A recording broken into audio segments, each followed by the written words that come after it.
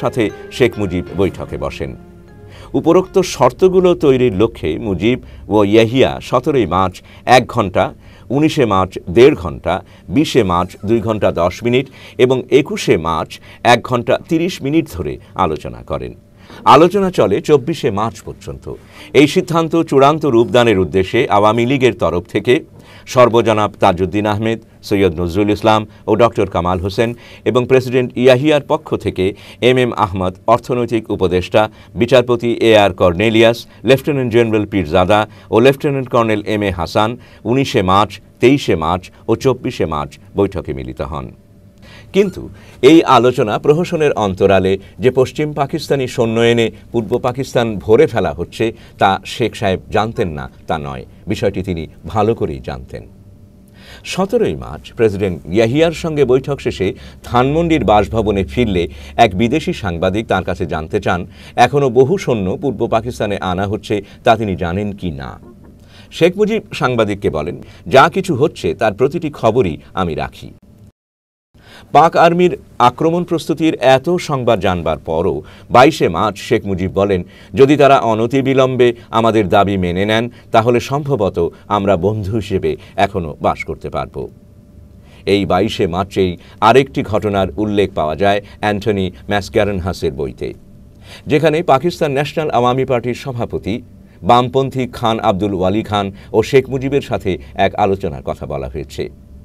পাকিস্তানের দ্বিখণ্ডিত হয়ে যাওয়ার এক সংকটময় মুহূর্তে শেখ মুজিব কি ভাবছে ওয়ালি জিজ্ঞেস করলেন, শেখ সাহেব আমাকে বলুন, আপনি কি এখন পর্যন্ত অখণ্ড পাকিস্তানে বিশ্বাস করেন? শেখ মুজিব এর উত্তরে বলেন, খান সাহেব আমি একজন মুসলিম লীগপন্থী। আমরা যদি ইতিহাসের ধারাক্রমের দিকে তাকাই তাহলে দেখব কিছুদিন আগেই শেখ মুজিব অধ্যাপক GW চৌধুরীকে কি বলেন।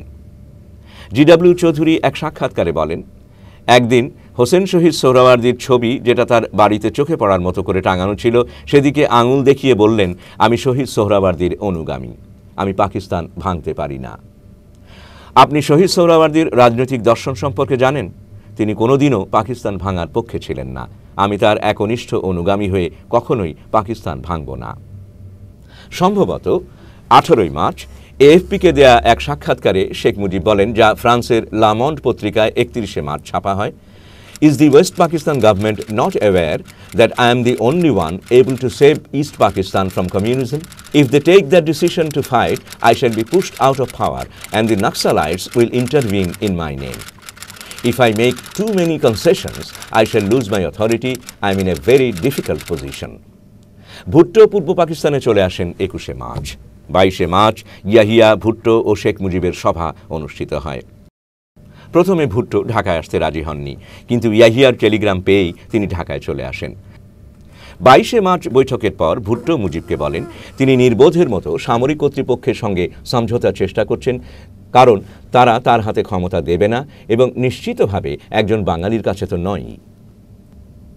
এ প্রসঙ্গে ব্যারিস্টার আমিরুল ইসলাম আবার, হোটেল ইন্টারকন্টিনেন্টাল তখন ছিল, সেখান থেকে ভুট্টো সাহেবকে 32 নম্বরে আনার সময় আমি তার সাথে থাকতাম, যাওয়ার সময় তাকে সাথে থাকতাম।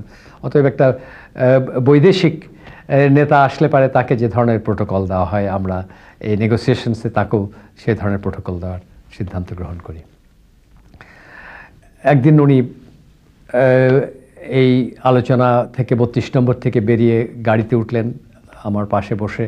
আমি তাকে বললাম যে আপনি এবং বঙ্গবন্ধু শেখ মুজিব আপনারা যদি এই ঐক্যমতের ভিত্তিতে একটি সংবিধান করতে না পারেন তাহলে পরে পাকিস্তান এই গণতন্ত্র প্রতিষ্ঠা করতে পারবেন না, আবার সামরিক শাসনে আন্ডারে পাকিস্তান চলে যাবে।